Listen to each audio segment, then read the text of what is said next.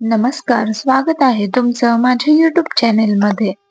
श्री दत्तगुरूंनी गोरक्षनाथांच्या सिद्धीचे गर्वहरण कसे केले? गोरक्षनाथांना स्वतःच्या सिद्धी सामर्थ्याचा गर्व होता. त्या गर्वाचे परिहरण करण्यासाठीच ही दत्त भगवानांची योजना असावी की जेणेकरून त्यांची भेट व्हावी आणि त्यातून त्यांचे प्रबोधन करून त्यांना अहंकार विरहित सिद्ध बनवावे. गोरक्षनाथांच्याही मनात दत्तापेक्षा आपण श्रेष्ठ आहोत, त्यांची भेट घेऊन स्वबळ प्रदर्शन करून त्यांच्यावर विजय मिळवावा ही अहंकारी लालसा घर करून होती आणि ती परमावधूत दत्तात्रेयांना जाणली असावी. म्हणूनच हा प्रसंग घडविला असावा. गोरक्षनाथ दत्तात्रेयांच्या शोधार्थ एका गुहेत शिरले.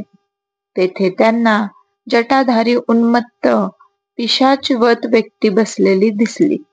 गोरक्षनाथ पण तेथेच एका शिळेवर बसले.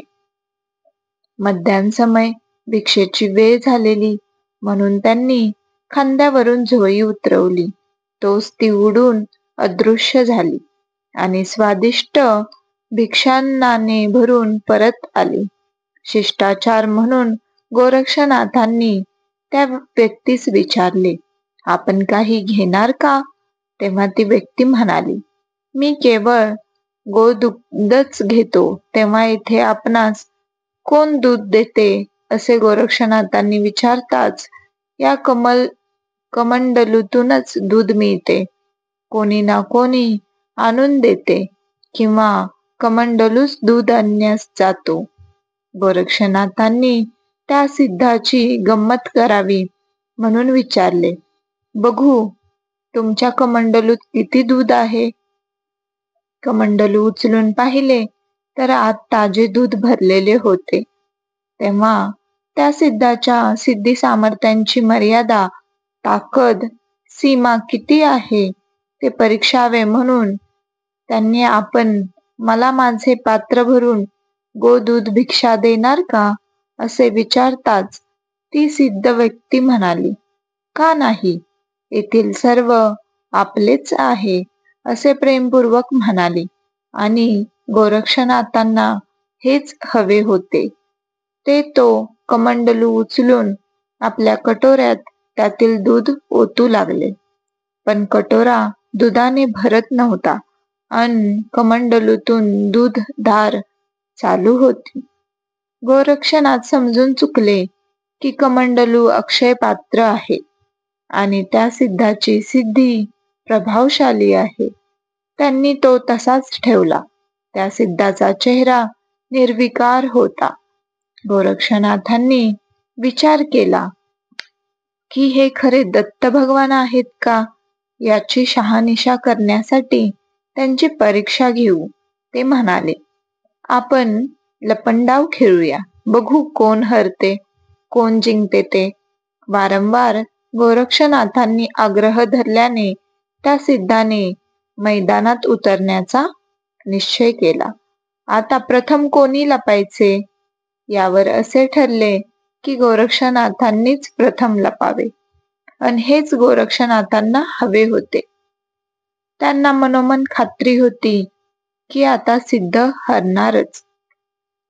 त्यांनी 3 टाळ्या वाजवल्याबरोबर ते अदृश्य झाले. त्या सिद्धाने प्रचंड हास्यध्वनी केला.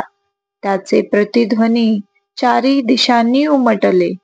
थोडा वेळ मौन धरून त्यांनी तो कमंडलू उचलला आणि त्याखालील थोडी माती काढून त्यातून एक लहानसा बेडूक काढला आणि त्याला आपल्या तळहातावर ठेवून ते हसू लागले.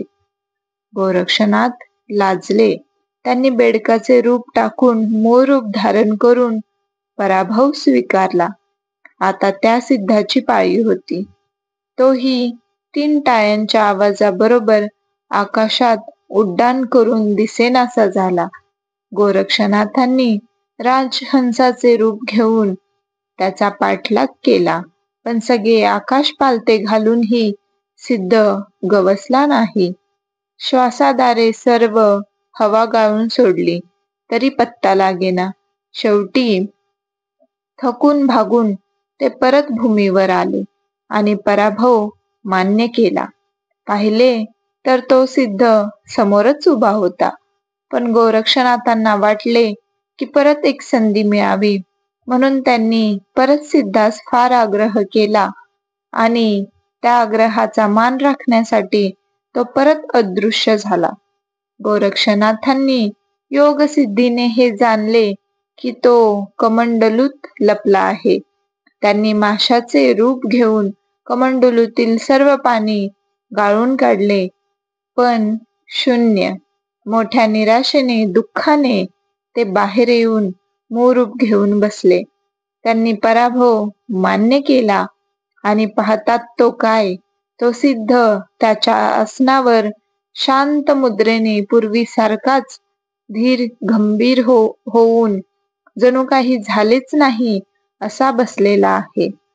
गोरक्षनाथांनी त्यांना विचारले, आपण कोणत्या सिद्ध बळावर कोठे लपला होता? सिद्धाने शांतपणे उत्तर दिले, ज्ञानामृत समरस गगनीपमोहम, म्हणजे मी आकाशात आकाश आणि पाण्यात पाणी झालो होतो. गोरक्षनाथांनी जाणले की ही समरस सिद्धी आहे आणि त्यांनी त्यांना श्रद्धापूर्वक प्रणाम केला. तात्पर्य: वृथा अहंकार का बाळगू नये. माझी कथा आवडली असेल तर चॅनलला सबस्क्राईब करा, लाईक करा, शेअर करा, कमेंट करा. धन्यवाद.